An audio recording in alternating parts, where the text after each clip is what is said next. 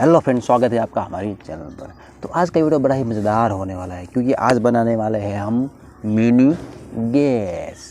Yes, mini gas cutter जो आप घर पर आसानी से अपने मौजूद चीज़ वस्तु से बना सकते हैं।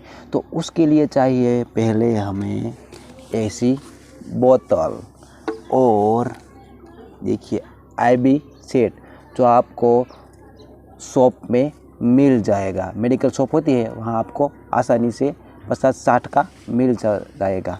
और इसके अंदर है कैल्शियम कार्बाइड जो आपको भी बाज़ार से आसानी से मिल जाएगा।